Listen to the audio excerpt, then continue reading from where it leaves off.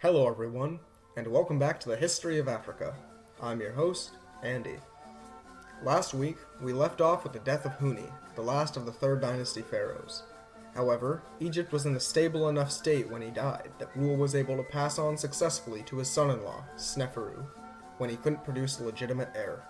This week, we'll see the Old Kingdom reach its absolute height, but we also see some of the warning signs of Egypt's inevitable fall from grace. Episode 8. The Old Kingdom's Peak. When Sneferu took the throne in 2613 BC, he inherited an incredibly healthy economy and government. Beginning during the reign of Khazahemwe and continuing throughout the reign of his successors, Egypt experienced an extended period of economic success during the early Old Kingdom. As a result, pharaohs like Djoser, Djoser-T, and Huni spent this wealth liberally, not just on their impressive tombs, but also on extensive building projects like temples, shrines, irrigation canals, and military fortifications. Sneferu, however, would take this construction mania to a whole new level. Throughout his impressive 48-year reign, Sneferu would complete the construction of not one, but 3 pyramids. The first of these massive monuments was the Pyramid of Meidum. The Meidum Pyramid was one of the most unusual monuments from ancient Egypt, and one of the more mysterious monuments in terms of its construction. Egyptologists generally agree that the project was completed during the reign of Sneferu. However, the pyramid was not meant for Sneferu, and was instead dedicated to his father-in-law, Huni. This fact has led Egyptologists to be divided on when the construction of the pyramid began. Some believe that the construction of this pyramid began during the late years of Huni's reign over Egypt, and that Sneferu simply completed the already mostly finished project. Others, however, believe that Huni had already died by the time that the pyramid's construction had began, and that its construction was intended as a posthumous means to honor the old king. Regardless of who began construction, the Meidum Pyramid was incredibly innovative in its design. The pyramid consisted of 2 pieces, an internal step pyramid design and an external limestone shell. This was the design of the most famous pyramids that we know today, with no visible steps, and instead with smoothly upward sloping sides. Now, as we learned last episode, this wasn't the first pyramid to incorporate this 2-piece design. The buried pyramid of Djoser-T and the layer pyramid of Huni each incorporated this design, but each of these pyramids were unfinished or collapsed soon after their construction. The pyramid at Meidum was the first of these limestone-covered pyramids to stand the test of time, sort of. The pyramid stood tall as a successful monument to Huni throughout the majority of ancient Egyptian history. However, sometime around the 11th century BC, a millennium and a half after its construction, a problem started to occur. You see, while the internal pyramid structure was built on a solid surface, the edges of the limestone shell had been built on slightly softer, siltier land. The difference wasn't substantial at first, as the difference in ground texture was not that severe. However, the shell slowly slid into the surface over the centuries, collapsing at the bottom into a pile of rubble. Today, the pyramid is one of the most interesting structures from ancient Egypt that remains today. In the middle of the pyramid, there exists mostly still intact remains of the internal step pyramid structure, while a pile of shattered limestone sits around the base. This gives the remaining structure a picturesque appearance of a sort of grim tower, rising from the remains of the once grand pyramid. Pictures of this unique structure will be posted on the podcast blog if you would like to see the pyramid for yourself. So, why did the visual style of pyramids transition from the step design to the more famous slope design? The explanation is likely a change in ideology. You see, part of the symbolism of the step pyramids was its status as multiple mastabas tacked on top of each other. However, as Egypt's economy continued to develop into a more sophisticated system and the kingdom's labor force grew with the population, mastabas grew increasingly commonplace.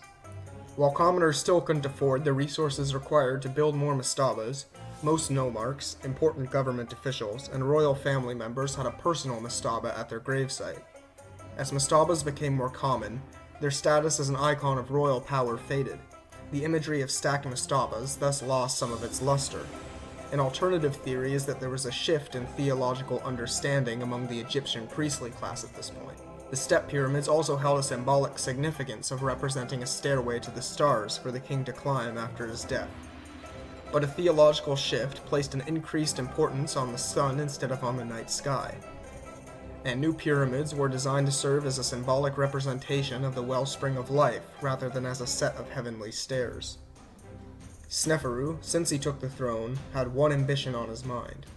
While his rule had never been challenged militarily, and nobody would dare say it in his presence, I'm sure that questions of his legitimacy ran rampant throughout the royal court and bureaucracy. I mean, this guy is claiming to be the god king that speaks for Horus. But I heard he's just some nomarch who married the last guy's daughter. What's up with that? It seems that these questions really struck a nerve with Sneferu, even developing into something of a complex. He set out to construct the most impressive project in not just Egyptian, but human history to that point. This, more than anything else, would unquestionably demonstrate his divine power. Rather than just one pyramid, Sneferu would build two, and each of these would surpass all previous monuments in size and scale. The site at which these enormous pyramids would be constructed was marked to be at Dahshur, a site just south of Saqqara. Construction began in 2600 BC, as Sneferu hired swarms of artisans and laborers to begin work on the construction of these two grand pyramids. Yes, you heard that right. Hired. Contrary to popular belief, the pyramids were not built by slaves, but were instead built by well-compensated and respected artisans and laborers.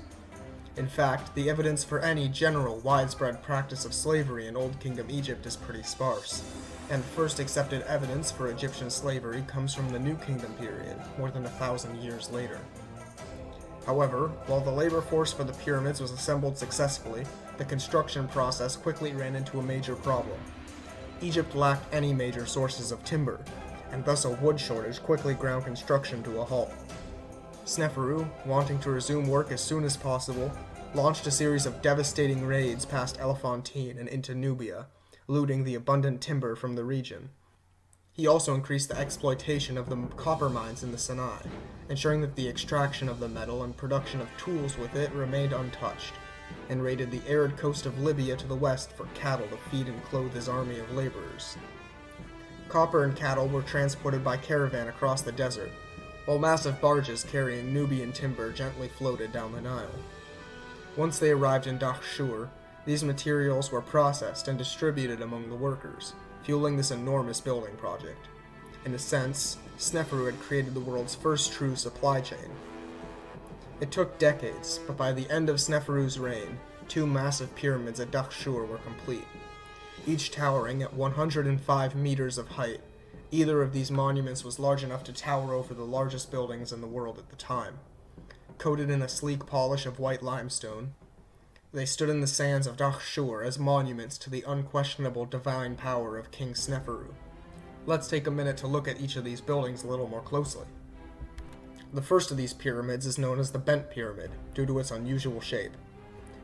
The pyramid shape starts ascending at an unusually steep 54-degree angle, but then halfway up begins sloping at a gentler 44-degree angle instead. This gives the pyramid the unusual shape from which it derives its name. The debate as to why the pyramid was built in this unusual shape has transpired really since the creation of Egyptology as a field of study. Scholars believed for a long time that the sharp ascent of the pyramid's angle risked a collapse, and that the angle was lowered partway through the construction process to compensate. Others believed that the pyramid's angle was instead lowered because Sneferu died during the construction process, and that lowering the angle of ascent allowed the pyramid to be finished faster. However, recent research from the Journal for the History of Astronomy has made a compelling alternative claim. Rather than its unique shape deriving from an accident, this research argues that the Bent Pyramid was built with its inconsistent angles to align with the angle of a sunset during the winter solstice. Additionally, the Bent Pyramid is built to symbolize the conical crown of Upper Egypt, corresponding with the fact that it was the southernmost built monument of the pair. Sneferu's other pyramid built at Dahshur is known as the Red Pyramid due to its unusually red limestone used in the construction of its core. The pyramid ascends at a 44-degree angle, except for at the very tip. The tip featured a pyramidion, or a capstone that would cover the tip of the pyramid, that ascended at a 45-degree angle. This piece of architectural symmetry between the pyramids further compels the theory that the Bent Pyramid's unusual shape was intentional, meant to be an opposite reflection of the Red Pyramid. The Red Pyramid was meant to represent the Red Crown of Lower Egypt, and was thus positioned in the north. Sneferu, after decades spent organizing the construction of this magnificent tomb to secure his symbolic legitimacy, died after 48 years of rule. Apparently, this project was a success, as his eldest son, Khufu, ascended to the throne upon his father's death. Khufu is most well known for one thing really, the construction of the Great Pyramid of Giza. This astronomically large monument surpassed all other man-made structures on Earth in terms of size and volume, and would even remain the tallest structure in the world ever built until, get this, 1311 AD, when the Lincoln Cathedral in England just barely surpassed its height. Regardless, you already know about the Great Pyramid, because who doesn't, so I don't feel the need to discuss it any further. Just know that this is the peak in the scale of Egyptian monument building, and that Khufu's pyramid remains the largest Egyptian pyramid ever built. What is less well known about is Khufu's reign beyond his magnificent monument, with the closest source we have to go off being Manetho's statement that Khufu, quote, earned the contempt of the gods, unquote, whatever that means. Maybe this indicates a famine or especially bad natural disaster during his reign, but nobody really knows. One of the few political events that we have any knowledge of is that apparently his predecessor's mine in the Sinai began to slow their yields during Khufu's reign, and he ordered a new expedition to uncover new mines, which they did. Apparently, he also invested heavily in the creation of a series of Egyptian maritime settlements on the Red Sea. Other than that, the man's life is an enigma. He died after a reign of 23 years. Khufu was succeeded by his son, Djedefre. Djedefre, like his father, is largely a mystery. He ruled for only 11 years, and as a result opted for a strategy of quality over quantity in terms of the construction of his tomb. While it was small, far smaller than even the old pyramid of Djoser, it was composed of incredibly beautiful materials, such as imported granite rather than the usual limestone, and featured an oversized and likely ornately decorated pyramidion at its summit. Due to his early death, Djedefre left no heir to the throne. Instead, the throne was passed to his brother, Khafra. Khafra's position in the historical records is incredibly similar to that of his father. He's known primarily for the construction of the second largest pyramid at Giza, and the famous statue of the Sphinx that you always see in Egyptian travel guides. What the appearance of such a mythological creature means is puzzling. This statue is the first ever depiction of a sphinx in art or writing, and so what exactly it was meant to represent is something of a mystery. The Sphinx was a common creature throughout Eastern Mediterranean mythology, most likely originating in pre-dynastic Egypt. The mainstream conception of the Sphinx as a creature of riddles and mystery that pervades the pop culture of the West is derived primarily from Greek myth rather than from Egypt. Some Egyptologists speculate that the Sphinx was somehow related to Egypt's cult of the sun that was growing in popularity during this era of the Old Kingdom, or that perhaps it was meant to serve as a guardian of the pharaohs after their death. Even the face of the Sphinx itself remains something of a mystery. While most scholars believe that the face of the Sphinx represents Khafra himself, a few heretics within the field claim that it was, in fact, added long after Khafra's death and depicts a later pharaoh. Khafra's son, Menkaure, ascended to the throne after his father's death. If you're sensing a trend, little is known about his reign beyond the monuments he built. The most well-known of these monuments is his pyramid, the smallest of the main pyramids at the complex of Giza. One of the few things known about Menkaure's rule is that he was a generous patron of the arts, sponsoring some of the most impressive statues and busts yet made by humanity.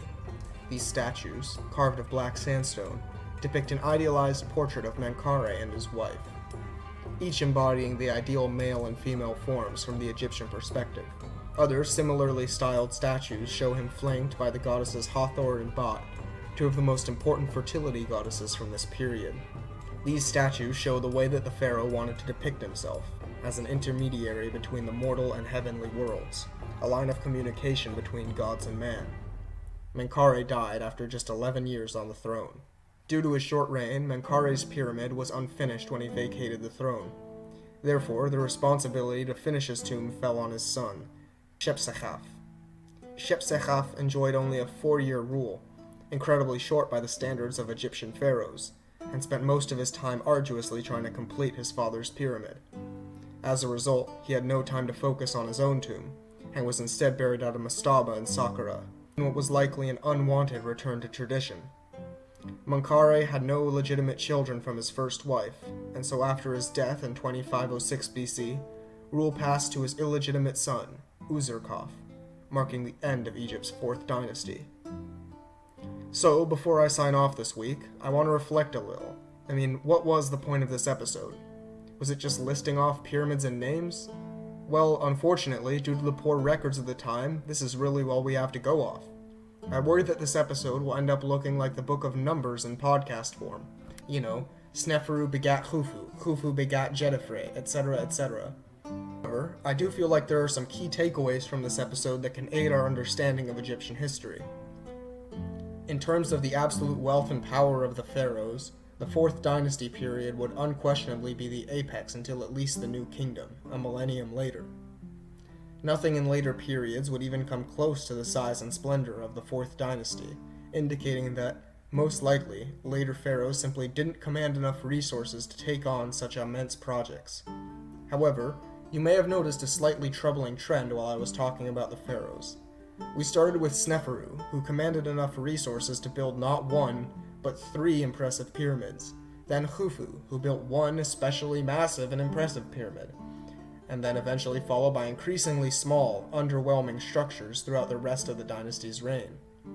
So, what was going on that caused this trend? I suspect that Egypt's economy slowly declined during the back half of the 4th dynasty, not quickly or suddenly enough for anyone to notice, but rather very gradually. There was never a moment in which this crisis culminated, but every year, Egypt's available labor force would slightly shrink, the productivity would decrease, and the capability to build massive monuments would decline with it. My personal suspicion is that years of spending exorbitant amounts of resources on massive pyramids was starting to take its toll on the Egyptian economy. Each laborer being used on a projection of pharaonic power was not being used on irrigation projects, ports, or mining infrastructure that would better serve Egypt in the long term of material development. This lack of investment didn't have any immediate consequences, but over time, the old eroding irrigation system started to cause trouble for the Egyptian economy. As crop yields slowly became less impressive, more laborers had to dedicate time to feeding their family instead of working on massive state monuments. Egypt was certainly still in a state of prosperity, but warning signs were beginning to appear that this prosperity was not to last. Join us next week to see Egypt's golden age continue, but for how much longer? Thank you for listening to the History of Africa podcast. If you like the show and the free education we provide, then I'd encourage you to support the show.